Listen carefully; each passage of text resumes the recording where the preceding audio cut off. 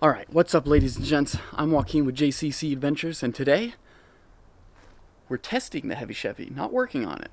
So I was thinking to myself, I'm doing all this work, I'm lifting it, I'm putting bigger tires on it, I'm changing out the suspension and stuff like that. I was thinking, is it actually making it more off-road capable? And I was looking on forums and kind of seeing what people had for sway bar disconnects. So today we're testing lifting the tire off. I'm actually having my dad help me out. He's running the forklift.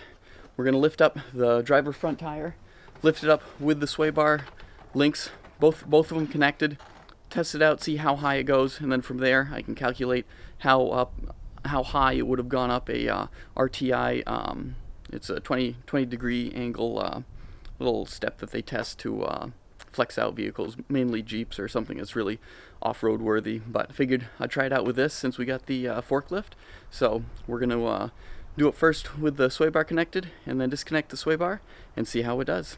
Alright guys, I noticed in the middle of editing this video that these are the original coilovers that I had in before. I don't know if you follow the channel at all. I have Procomp coilovers in there now, so these are the original. So this was recorded before I installed those, so just so you guys know. But we'll get back to the video.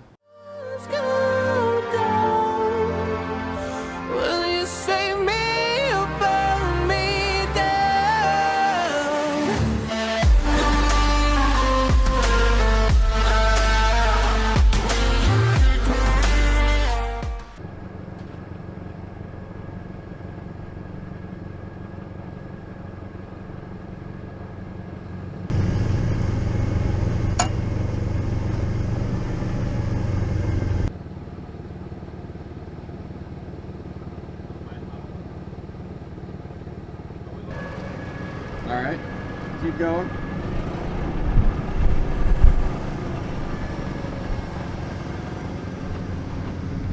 Keep going.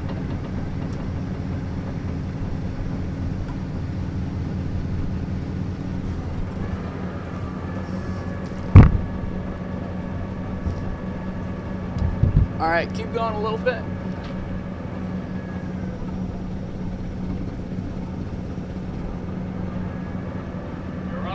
Yeah, that's just go up just a little bit more. Yeah, right there. Just barely. All right. All right.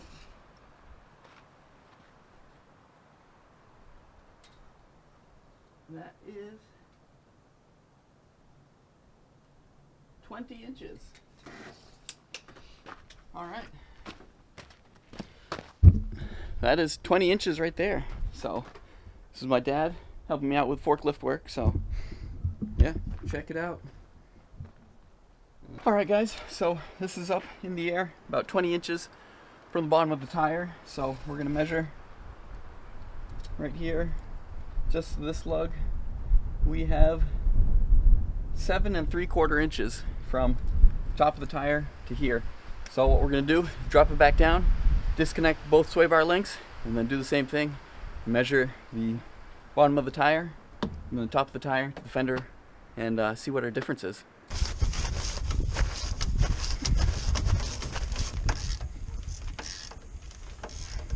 Passenger side and driver side sway bar links out. So we're gonna try this again, see how it goes.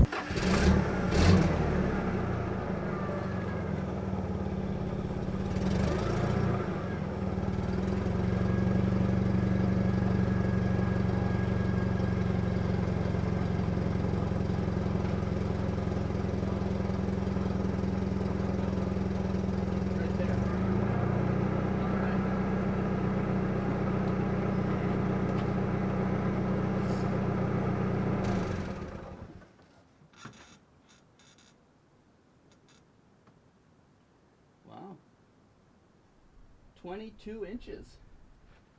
All right, now measured from the bottom of the tire to the ground, measured 22 inches now with the sway bar disconnected. So that's a 2-inch increase going up. So we'll see how that all calculates out versus the 20 inches with the sway bar connected. So we're going to measure up here See if I can do this one-handed. Go top of the lug, same as before. Here, now we're at 6.5 inches. So that compressed down from 7 3/4 all the way down to 6.5. So we're definitely, with the sway bar disconnected, we're actually getting the tire up into the fender well a lot more. So that's probably why we're getting those extra 2 inches on the bottom of the tire. So pretty cool.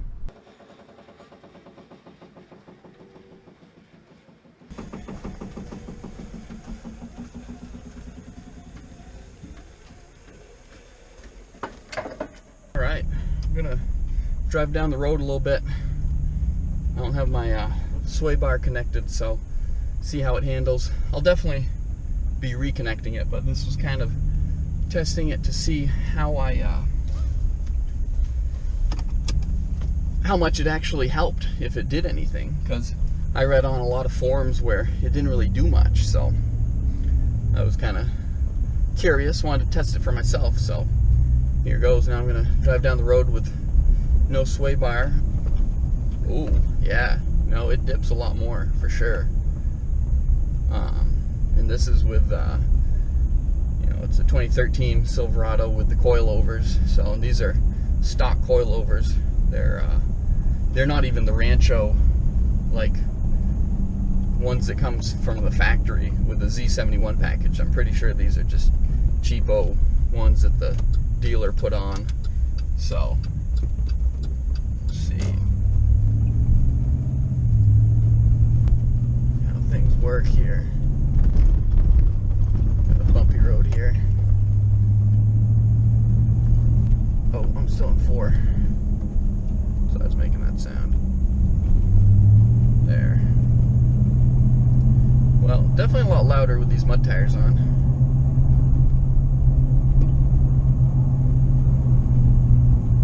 But it definitely rocks back and forth a lot more. Oh, there's some mud. You can definitely notice it swaying side to side, hence anti-sway bar. Or roll bar, however you want to call it.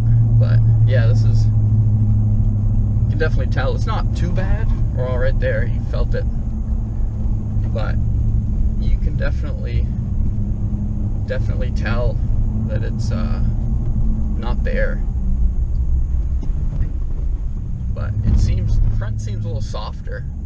I feel like the front 2 coilovers are working more independent, which is kind of nice. You don't feel it on both sides when you hit a bump on only one side. So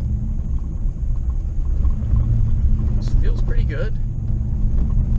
But I will definitely be putting on those sway bar links. So, but future videos I will be making. So they don't make quick sway bar disconnects for these trucks. So I'm gonna have to make my own. So I'll have to figure out how to do that. But yeah, we'll turn around here. All right, guys, there you have it. That's the what is it? The RTI. I have a bunch of notes here, so I don't forget. The RTI test. It's the ramp travel index. So measuring the height of what we lifted the tire up. First time was 20 inches with the sway bar connected, and then 22 inches with the sway bar disconnected. So at 20 inches, if you calculate it out, that would have been essentially 58.5 inches up a 20-degree incline. And then at 22 inches, you would have gone up 64.3 inches. So that's a pretty big difference. And this is at 35 PSI with the tires. I was running normal PSI on these tires. So, and the actual index score with the sway bar connected, it was 407.5. I mean 407. I'm getting a little technical there, but 407, and that was at 20 inches the height with the sway bar connected, and then at 22 inches with the sway bar disconnected, it was a score of 448.3. So that's a pretty big increase. I don't know how percentage-wise how much that is, but it's a pretty big increase. So if you're trying to maneuver an obstacle or trying to go over some sort of rock, this will definitely help. I mean, you'll still bottom out on your rockers, but regardless, it'll give you a little better flex and better traction regardless. So for me, it probably won't matter that much. I'm going to put these sway bar links back on just to have better on-road, less sway if I'm going down the highway or something and, a deer runs in front of me. But at some point, I may want to actually make some sway bar disconnects. So I was kind of intrigued to see how much this actually helped. It actually did quite a bit. I'm pretty surprised. So down the road, I will be making some sway bar disconnects. They don't make some for the truck that you can just buy and put in.